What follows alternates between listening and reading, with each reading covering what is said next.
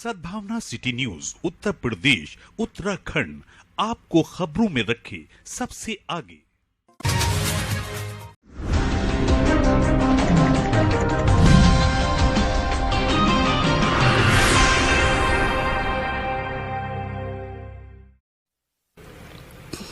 जमाने से नहीं अल्लाह से डरना, सारे आलम में उसी की बस खुदाई है। वाह, सारे आलम में उसी की बस खुदाई है। तेरी मंजिल सितारों से भी आगे है। तेरी मंजिल सितारों से भी आगे, तेरी मंजिल सितारों से भी आगे है, जहां पर ना तखय्युल की रसाई है। जहां पर तेरी परवाज है शाहीन, शाही से भी अफजल। तेरी परवाज है शाही से भी अफजल, तेरी कुर्बे इलाही तक रसाई है। वाह, तेरी कुर्बे इलाही तक रसाई है। हमेशा बर्क तुम औकात में रहना। क्या कहने, हमेशा बर्क तुम औकात में रहना, इसी में बस तुम्हारी पारसाई है। इसी में बस तुम्हारी पारसाई है। और एक कथा और पढ़कर मैं रुखसत हो जाऊंगा। मुझे तुम क्या मिटाओगे, गुलामे मुस्तफा हूं। मुझे तुम क्या मिटाओगे, गुलामे मुस्तफा हूं। मैं तो हक पर मिटने वाला बाखुदा हूं। नहीं है बर्क मुझको जान की परवाह, अजल से मैं तो पाबंद वफा हूं। अजल से, जब अल्लाह ताला ने सारी रूहों से इकरार लिया था कि अलस्तो बेरब्बिकुम, जब कहा था सारी रूहों ने कहा था कालू बला, हाँ बेशक तो हमारा रब है। तो उसी तरह इशारा है कि अजल से मैं तो पाबंद वफा हूं।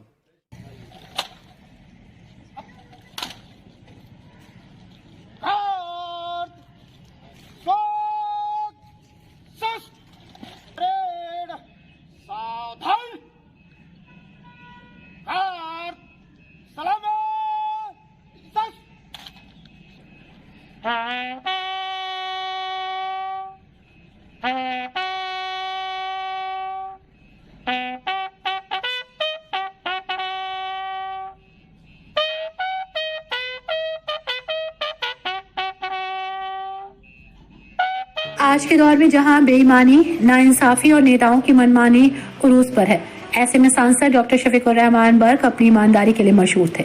एक सादगी पसंद इंसान, एक शोहरत याफ्ता शायर, मुशायरे की नदीद तालीम और बुराइयों की इस्लाह के लिए हर वक्त कोशा रहने वाले, पब्लिक की सियासी नब्ज पहचान कर हालात के तहत अपनी पकड़ बनाने वाले आदिलो मुसीफ मिजाज इंसान मुजाहिद मिल्लत डॉक्टर शफीकुर रहमान बर्क की पैदाइश 11 जुलाई 1930 को संभल के एक मामूली तुर्क घराने में हुई। उनकी वफात एक महीने की लंबी बीमारी के बाद 27 फरवरी मुरादाबाद के अस्पताल में हुई। 28 फरवरी 2024 को रस्म तदफीन के तहत 11 बजे दिन में लाखों लोगों के हुजूम के बीच उनके आबाई कब्रिस्तान में सुपुर्द खाक कर दिया गया। सांसद डॉक्टर शफीकुर रहमान के जनाजे को पहले पुलिस प्रशासन ने सलामी दी, उसके बाद उनका आखिरी सफर शुरू हुआ। डॉक्टर शफीकुर रहमान बर्क के आखिरी सफर में जहां लाखों की तादाद में उनके चाहने वाले नम आंखों के साथ मौजूद रहे, तो वहीं सभी सियासी पार्टियों के सीनियर नेता भी उन्हें अपनी अकीदत पेश करने के लिए उनके अंतिम सफर में पहुंचे। नम आंखों से उन्हें सुपुर्द खाक किया गया।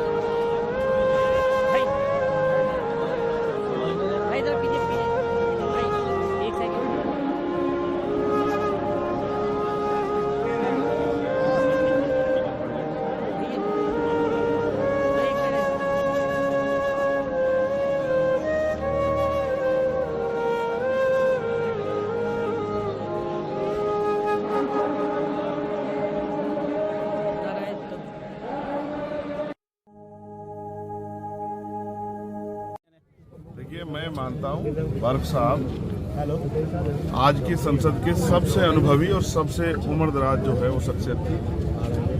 उन्होंने उनका पूरा राजनीतिक जीवन जब हम देखेंगे तो उन्होंने मजलूमों की मजबूत आवाज़ बनने का हमेशा जो है काम किया, उनकी आवाज़ उठाने का काम किया। आज ये बहुत बड़ी क्षति है संबल को ही नहीं, पूरे पश्चिम उत्तर प्रदेश को नहीं, पूरे देश को एक मजबूत आवाज़ हमारे बीच से गई है। पहले तो मैं उनके परिवार के लिए प्रार्थना करता हूँ कुदरत से कि उनके परिवार को दुख सहने की शक्ति भी कुदरत दे और उनको भी अपने चरणों में स्थान दे। साथ साथ मैं ये वादा भी करता हूँ कि मजलूमों की आवाज़ कमजोर नहीं पड़ने दी जाएगी।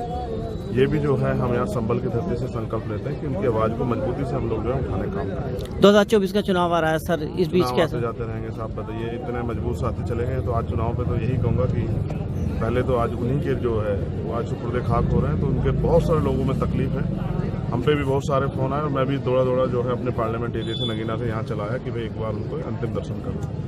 एक बहुत मजबूत सितारा जिसने लंबे समय रहमान बर्क साहब का इस दुनिया को अलविदा कहना सियासी हलके में बहुत बड़ा वैक्यूम था। उनकी जगह पूरी करना, उसको भरना बहुत ही मुश्किल काम है। हम जैसे नौजवानों को बर्क साहब से बहुत कुछ सीखने को मिला। मेरे तो वो पार्लियामेंट में कुलीग भी थे और मेरे साथ उनका रिश्ता जो है वो मैं आपको बयान नहीं कर सकता।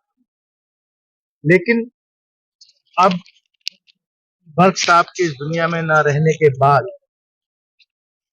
हम जैसे नौजवानों की, उनके ग्रैंडसन जियाउर रहमान की और इस वेस्टर्न यूपी के अंदर, उत्तर प्रदेश के अंदर जो भी जनप्रतिनिधि हैं उनकी जिम्मेदारी और बढ़ जाती है। क्योंकि आज ऐसे दौर में जब लोकतंत्र खतरे में हो, जब इंसाफ की बात कोई ना करता हो, करने से परहेज करता हो, तब और ज्यादा जिम्मेदारी बढ़ जाती है। मैं तो यही कहूंगा कि बर्क साहब के उसूलों पर, उनकी हिम्मत को हम दाद देते हैं और उनकी सियासत के अंदर ईमानदार लोग आज के दौर में बहुत कम है। बर्क साहब उसकी मिसाल थे कि ईमानदार रहते हुए भी, आवाम की खिदमत करते हुए भी आप लगातार असेंबली और पार्लियामेंट में जनता का प्रतिनिधित्व कर सकते हैं। तो वो एक मिसाल है। उनको हम लोगों की तरफ से, खासतौर से जो सियासी लोग हैं, एक रोज हम भी चले जाएंगे, एक रोज हम भी चले जाएंगे, एक रोज हम भी चले जाएंगे। अपने तो अपने गैर भी पछताएंगे, एक रोज अपने तो अपने गैर भी पछताएंगे। मेरा मिजाज फकीरी है, जिंदगी शाही। मेरा मिजाज फकीरी है, जिंदगी शाही। ये फलसफा ही जमाने को छोड़ जाएंगे, ये फलसफा ही जमाने को छोड़ जाएंगे। ए बर्क मेरे मर जाने के बाद, ए बर्क मेरे मर जाने के बाद मेरे नक्शे कदम याद आएंगे। खुदा हाफिज।